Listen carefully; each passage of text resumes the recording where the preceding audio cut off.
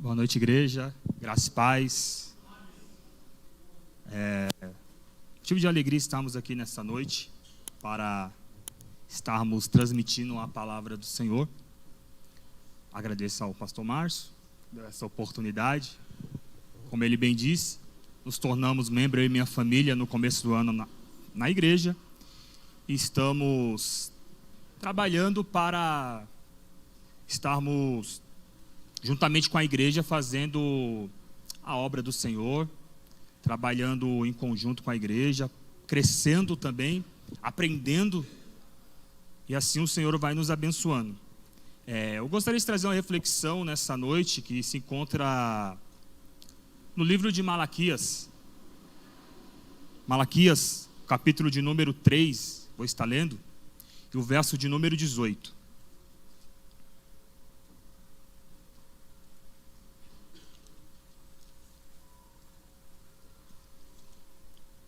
Louvado seja Deus.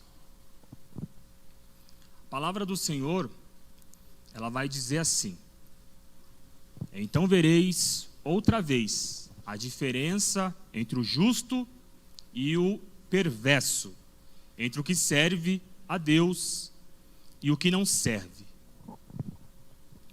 Bom, irmãos, diante desse texto, a qual eu estarei trazendo essa mensagem, nós vemos ali o profeta, ele trazendo dois tipos de pessoas, que ele vai fazer a distinção entre aquele que serve a Deus e aquele que não serve. O contexto dessa mensagem, ela vai nos contar que Malaquias ele é chamado para profetizar para o povo de Israel pós o exílio da Babilônia. O povo já tinha voltado de cativeiro, o povo já tinha sido reconstruído novamente o templo, só que agora nesse momento estavam profanando o culto a Deus. Os sacerdotes estavam profanando o culto ao Senhor. E agora Deus levanta esse profeta para trazer o povo novamente às suas origens, aos seus princípios, e trazer novamente o povo para que eles voltassem novamente em direção ao Senhor. O título que eu daria para essa mensagem, nessa reflexão nessa noite, é que Deus, ele deseja uma adoração sincera. Deus, ele deseja da minha e da sua parte uma adoração sincera. Quando nós vemos o capítulo de número 1 e o versículo de número 2 do livro de Malaquias, vai dizer bem assim, o versículo de número 2. Deus, ele fala: eu vos tenho amado, diz o Senhor, mas vós dizeis: em que tem-nos amado? Não foi Esaú, irmão de Jacó, disse o Senhor. Todavia amei a Jacó, porém aborreci a Esaú, e fiz dos seus montes uma assolação, e dei a sua herança aos chacais do deserto. Veja bem que Deus, ele nos ama de uma forma incondicional. O amor de Deus por mim e por você, ele é tão grande que ele deu o seu próprio filho, para que eu e você, nós viéssemos ter a vida eterna. Só que aqui o povo, agora ele se queixa, e o povo agora ele começa a questionar o amor de Deus na vida deles. Quando eu vejo esse questionamento do povo, eu entendo que muitas das vezes, eu e você, nós também queremos questionar o amor de Deus nas nossas vidas, por algo que nos acontece, que para eu e para você não é bom aos nossos olhos. Nós muitas das vezes questionamos o amor de Deus por causa das dificuldades que nós passamos no dia a dia. Muitas das vezes nós questionamos o amor de Deus por causa das adversidades que nos afligem no dia a dia. Mas existe um Deus que nos ama de uma forma tão grande, que mesmo eu e você passando por uma adversidade, por uma aflição, Ele está conosco. Deuteronômio, capítulo de número 7. Deuteronômio, capítulo de número 7, versículo de número 8, vai dizer o seguinte: mas porque o Senhor vos amava, e para guardar o juramento que fizera aos vossos pais, o Senhor vos tirou com mão poderosa e vos resgatou da casa da servidão, do poder de Faraó, rei do Egito. Você vê que esse contexto, Deus, o que ele está falando? Que Ele tirou aquele povo que agora estava profanando o seu nome, Ele tinha tirado aquele povo, aquela nação do deserto, para que esse povo viesse sair da escravidão. Por amor do nome dele, Ele tinha tirado aquele povo dali da escravidão. E quando eu vejo que o Senhor, Ele nos ama de uma forma incondicional, é quando Ele faz com que nós venhamos ter uma crise de consciência sobre o que nós estamos fazendo para Deus. O que nós estamos fazendo para que possamos questionar o amor de Deus nas nossas vidas. João capítulo 3, versículo 16, vai dizer que Deus, Ele amou o mundo de tal maneira que Ele deu o seu Filho, seu único Filho, para que todo aquele que nele cresce não viesse perecer, mas viesse ter a vida eterna.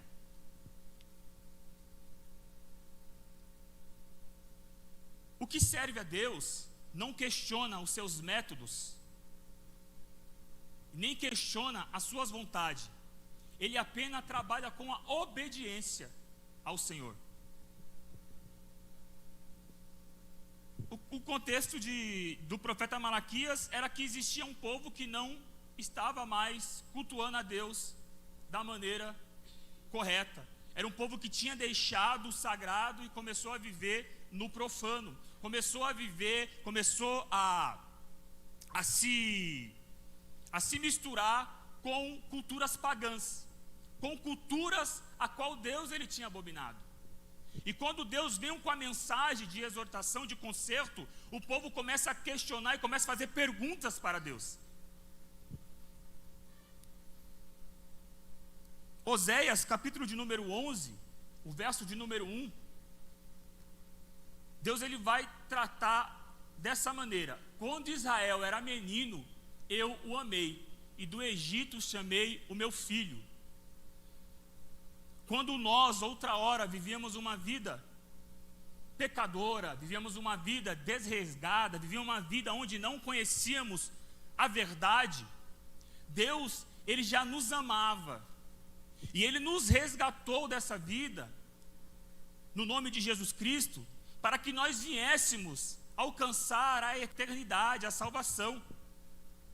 Ele nos resgatou para que eu e você viéssemos ter uma vida plena na sua presença, uma vida de santidade, uma vida de obediência, uma vida de fidelidade a Ele. Era o que o povo não estava tendo, era uma vida de fidelidade a Deus. O povo se tornou infiel a Deus. Só que nessa noite, Deus ele me chamou aqui para trazer uma mensagem para você, dizendo que mesmo em meio às circunstâncias adversas, mesmo as aflições que você esteja passando, mesmo nas dificuldades que você esteja vivendo, não seja infiel diante de Deus, continue fiel a Ele, porque Ele é fiel a nós. Deus ele continua sendo fiel, mesmo você passando por dificuldades, mesmo você passando por processos dolorosos. O próprio Senhor Jesus, ele diz que no mundo nós teríamos aflições, mas ele também disse para que nós viéssemos ter ânimo, bom ânimo, porque ele venceu o mundo. Então, através da palavra do Senhor, nós venceremos também. Louvado seja Deus. Então, o texto ele traz quatro verdades. A primeira é Deus ele mostra o amor dele para com seu povo. A segunda, Deus agora, ele vai exortar os sacerdotes sobre o pecado. O que é que os sacerdotes eles estavam fazendo? Eles estavam profanando o culto ao Senhor. Eles estavam sacrificando animais impuros, eles estavam sacrificando animais mancos, animais coxos, animais leprosos. Eles não estavam cuidando do saneamento básico da igreja. E isso estava influenciando no povo. O povo estava se tornando infiel diante de Deus. E Deus ele vai exortar o povo lá em Malaquias, no capítulo de número 1 e o versículo de número 6. Deus ele vai falar: o filho honra o pai, o servo honra o seu senhor. Se eu sou seu pai, onde está a minha honra? E se eu sou o Senhor, onde está o respeito para comigo? Diz o Senhor dos exércitos a vós outros, ó sacerdotes, que desprezar o meu nome. Aí eles fazem uma outra pergunta a Deus: em que desprezamos nós o teu nome? Na forma como cultua ao Senhor, na forma como trata as coisas santas do Senhor. E Deus ele agora faz uma exortação para aquele povo, para os sacerdotes, para que eles viessem voltar a dar o sacrifício puro, imaculado, o sacrifício santo ao Senhor. Em Romanos, no capítulo de número 2, o versículo 1, Paulo vai falar como que deve ser o meu e o seu culto ao Senhor. Romanos 12, 1, diz assim, rogo-vos, pois, irmãos, pelas misericórdias de Deus, que apresenteis o vosso corpo por sacrifício vivo, santo e agradável a Deus, que é o vosso culto racional. Ou seja, outra hora no Antigo Testamento, o sacrifício diante de Deus tinha que ser através de um animal morto, sacrificado. Só que quando Cristo veio, o nosso sacrifício a Deus é o nosso corpo santo, é nós santificarmos diante de Deus. Esse é o nosso culto racional, um culto santo, agradável diante de Deus. O que Deus quer de mim e de você é que nós venhamos fazer a obra dele, não relaxadamente. O que Deus quer de mim e de você é que nós venhamos nos sacrificar pelas coisas do Senhor. Que nós não venhamos fazer de qualquer maneira, que nós não venhamos pegar e fazer relaxadamente como se fosse algo qualquer. Não, porque o que Deus quer é que nós venhamos ser pessoas abençoadas por Ele. Mas para que nós venhamos ser abençoados por Ele, nós temos que ser obediente à vontade dEle, obediente àquilo que Ele requer de nós. Glória a Deus.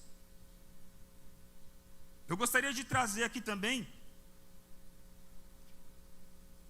em Salmo, capítulo 2, versículo 11. Salmo de número 2, verso 11.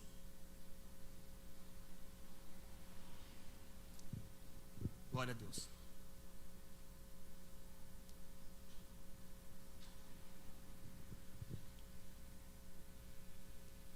Diz assim, servi ao Senhor com temor e alegria, e alegrai-vos nele com tremor.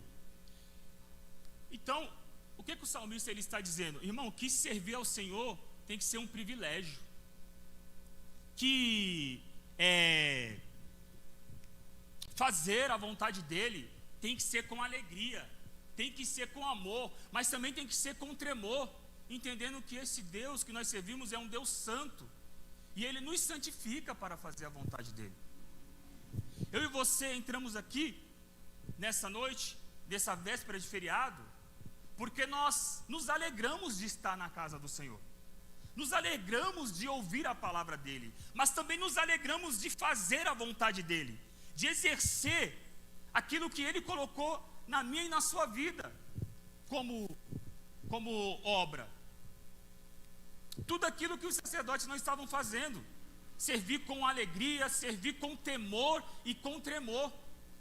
eles estavam negligenciando o culto ao Senhor.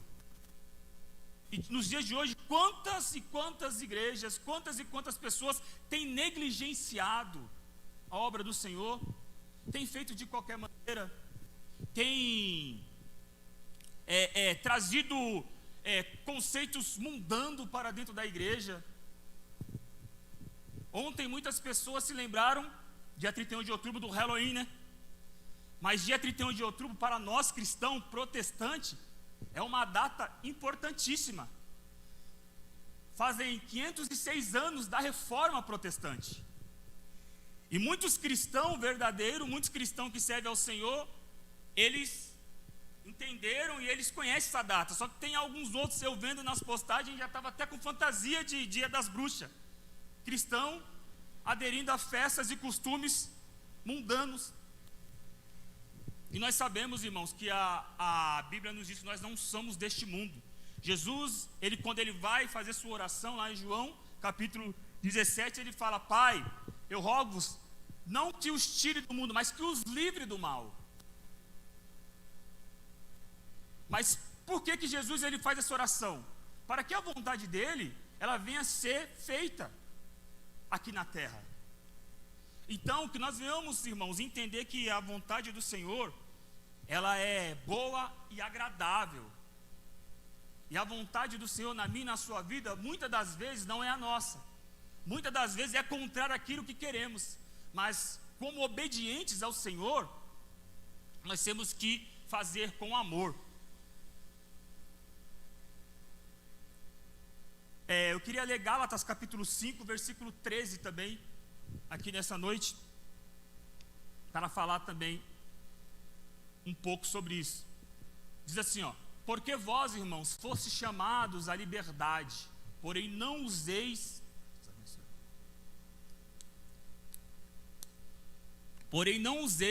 da liberdade para dar ocasião à carne. Sede antes servos uns dos outros pelo amor. Então Deus, ele nos chamou para sermos livres, mas livres em Cristo. Não usando essa liberdade em Cristo para dar ocasião às coisas supérfluas, às coisas que não têm valor nenhum nas nossas vidas. Então, quando eles perguntam em que desprezavam o nome do Senhor, são nessas coisas. Eles desprezavam o nome do Senhor em negligenciar o culto ao Senhor. Eles desprezavam o nome do Senhor quando eles questionavam o amor do Senhor pela vida deles. Quanto livramento o povo de Judá, o povo de Israel tiveram, o Senhor deu a eles. E mesmo assim eles começaram a questionar ao Senhor. Quantos livramentos o Senhor deu a mim e a você? Só no dia de hoje eu falo. Só no dia de hoje. Quando o Senhor nos resgatou, quem éramos nós? O Senhor nos resgatou da servidão lá do Egito, escravo do mundo, escravo do pecado. E o Senhor resgatou eu e você, para que nós viéssemos ser livres e ter uma vida. Porque outra hora nós não tínhamos vida. Porque o pecado, quando ele entrou no mundo através de Adão e Eva, o pecado, ele agora se fez, ele é um ato que se faz no homem. O homem já nasce no estado pecaminoso, a alma do homem já nasce no estado pecaminoso. E ele só consegue se libertar através de Jesus Cristo, através do sacrifício salvífico de Jesus Cristo.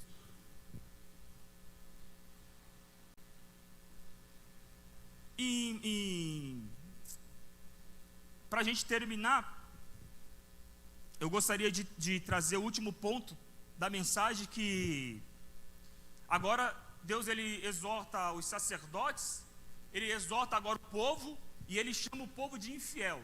Por que ele chama o povo de infiel? Porque o povo agora estavam com costumes mudando, deixando seu casamento lícito e casando com mulheres pagãs de povos pagãos. Aí Deus ele vai falar que aquele povo era infiel. E o povo pergunta: por que nós somos infiel ao Senhor? Eu queria ler em 1 João capítulo 2, do verso 15 ao 17.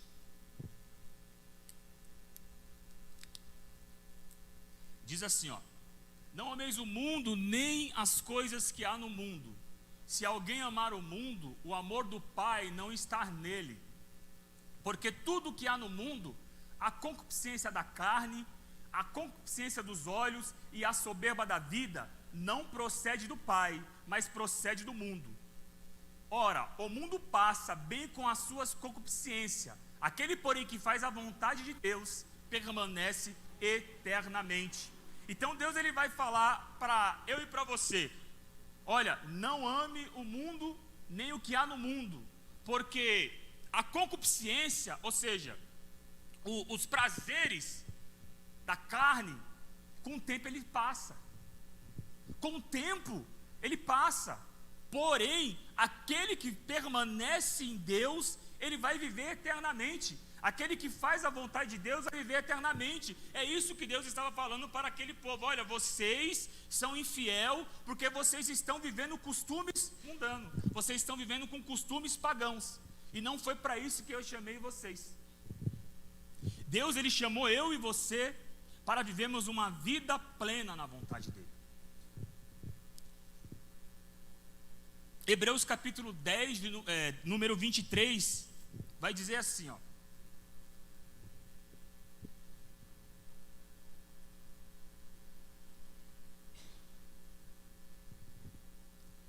guardamos firmes a confissão da esperança, sem vacilar, pois quem fez a promessa é fiel. Então, irmãos, que nessa noite nós venhamos guardar firme a esperança no Senhor Jesus, sem vacilar, sem dar brecha para o inimigo, pois Deus ele fez uma promessa para nós e ele irá cumprir essa promessa. A promessa que ele fez é que ele virá, buscará a sua igreja, e nós viveremos a eternidade com ele. 2 Timóteo, capítulo de número 2, versículo 11, vai dizer assim, 2 Timóteo 2,11: fiel é essa palavra, se já morremos com ele, também viveremos com ele. Ou seja, o que é morrer com Cristo? É morrer para este mundo, é viver uma nova vida. Paulo, escrevendo aos Coríntios, ele fala que aquele que está em Cristo, nova criatura é. As coisas velhas se passaram e tudo se fez novo. Então tudo se fez novo na minha e na sua vida. Era o que o povo não tinha entendido. O povo estava vivendo uma vida passada. Eles estavam lembrando lá do exílio da Babilônia. Eles estavam lembrando lá quando eles estavam na Babilônia e começavam a adorar outros deuses e começaram a viver uma vida passada, e começaram a se esquecer do que Deus tinha feito por eles. E na minha e na sua vida, muitas das vezes, nós começamos a lembrar das coisas passadas e esquecemos o que Deus tem feito e há de fazer por mim e por você. O primeiro ponto, irmão, nós não devemos questionar o amor de Deus na minha e na sua vida, porque Ele nos amou tanto que Ele se entregou a si mesmo por nós.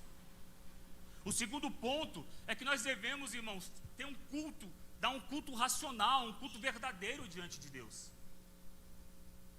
Não se envolver com coisas seculares, não deixar que as coisas seculares tomem conta de nós e nos afaste do Senhor. E o terceiro ponto é sermos fiéis a Ele e a sua palavra. O livro de Malaquias termina com ele precedendo a vinda do Elias, ou seja, de João Batista, o último precursor, o último profeta antes de Jesus Cristo. Ele trouxe uma mensagem de confronto para o povo, mas também trouxe uma mensagem de consolo para aquele que permanecesse fiel a ele. Ele iria cumprir com a palavra dele, porque como eu li aqui no texto áureo da mensagem, é que agora veremos a diferença daquele que serve e do que não serve, do justo e do injusto. Irmãos, e naquele grande dia nós iremos ver também a diferença do que serve e do que não serve.